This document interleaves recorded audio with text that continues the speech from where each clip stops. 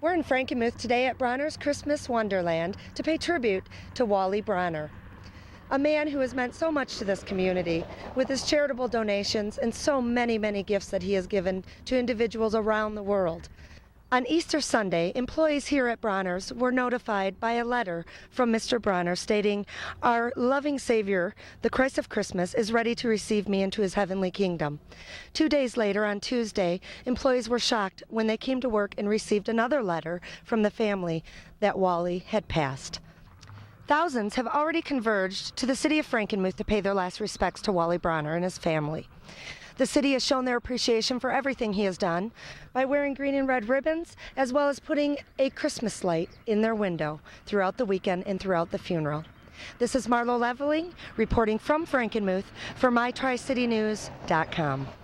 It's just kind of a sad day for Frankenmuth today. We're putting Wally Bronner to rest, one of the pillars of our community, one of the founding fathers of the Frankenmuth tourism industry, and we're certainly going to miss Wally and his spirit of positive thinking, and he was the #1 cheerleader of our community, somebody that you could go to if you had a question or if you had a concern. So, and not only do we miss that, but the Bronner family is going to miss their husband, father, grandfather, uncle, and our hearts go out to them as well.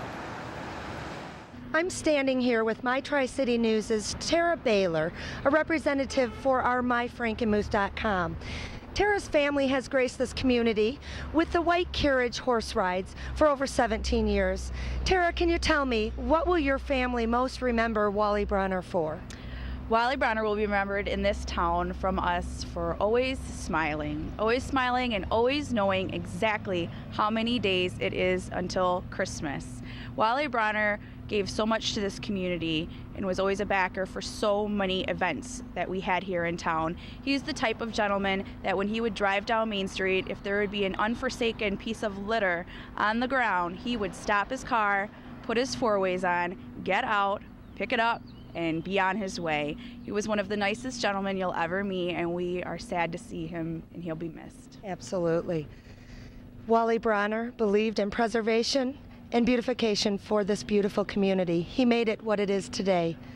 Yeah, my first best memory of Wally Bronner, when I first started at the post office, I was a kind of an out-of-towner, and I was having breakfast on my morning break one morning, and he'd just come in and introduced himself and sat down and had a cup of soup and sat and chatted and asked me my name and where I was from, and he was just that type of person. He really liked other people and was really, friendly and just very humble and just as nice a guy as you could ever meet. I'm standing here with another integrated part of Frankenmuth, Tracy Baker, owner of Tiffany's in Frankenmuth. Can you give us a nice memoir of Wally and what you remember and what he meant to the community? Well, Wally was an icon in this community. He always was jovial, had a smile on his face, always greeted everyone. He was definitely an icon in this community, and he promoted Frankenmuth to the utmost. He's sorely going to be missed in the community. Our hearts go out to his family and their loss. There's so many stories about Wally, all good, but he definitely was a wonderful, wonderful man. Wally, what can I say? We'd be coming into town with the carriages. He'd stop in front of us, get out of his car, grab his camera, take pictures of all of us, hop back in his car right away and take off. Not say a word, and then a month, 2 months later, he'd send us a copy of those pictures. Here at our station, he'd park over in the parking lot, he'd go up and check all the lights on the riverbank, make sure they're all working just right. That was his job. He had a job here at Frankenmuth, and that was to keep all the lights on in town. Well, one of my tributes and most memorables with Wally was developing of the riverbank we have in the background here for Christmas. It started off with nothing and a few trees and lights, and we ended up putting peace on earth with cutout letters. We had to design a mounting process for it, and then it proceeded to putting buildings, which we did one year, and that's always been up. And then we moved on a little further, and we put off to the side over here, ended up putting camels and wise men with all their little ropes and all the good stuff. And then it came down to getting it lit up. We did that too. And one of the most memorable parts was Wally was very particular on how the lights had to be. And he came over here one day while we were setting this up for the first time with a loudspeaker on the other side of the river, and he was yelling on the loudspeaker, so everybody could hear on the opposite side how we wanted the buildings. That was a long process. It was a very long day, but we got it the way he wanted it. It turned out picture perfect. Weeks later, he came back to tune up, and it was rather slippery up there. And if you look at the background of the slope of the riverbank from that side, Wally had actually slipped, and he was on his hands and feet sliding down forward all the way down the riverbank until he came to the bottom. And we advised him that maybe he should get some clean pants to put on and come back to work with, because it didn't look too good. And dear Irene said Wally wasn't seating too well for the next few days, as he was a little bumped and bruised. It was one of our better memorable moments down here in the riverbank. But he's a great man. He taught me a lot. I worked 36 years with him on Christmas doing the streets, and every year we had many meetings. How are we going to do it? And he always said, well, Munch, I'm sure you can come up with a way to do it, but this is what I want. And we've done it, and I still work with him, with the committees yet, to make sure we do things, even though we have more people involved today.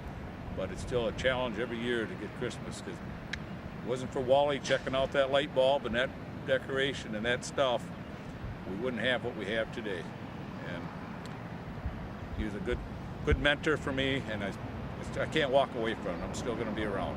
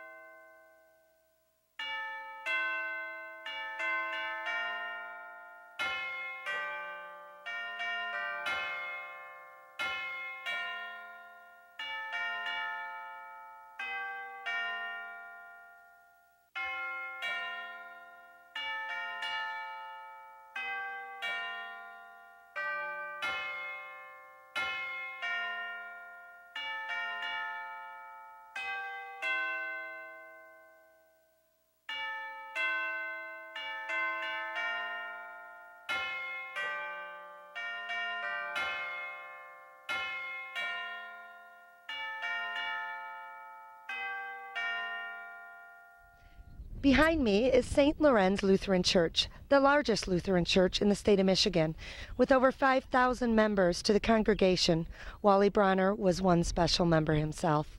Wally Bronner will be laid to rest here and will forever be a part of history in Frankenmuth. This is Marla Leveling reporting for MyTriCityNews.com.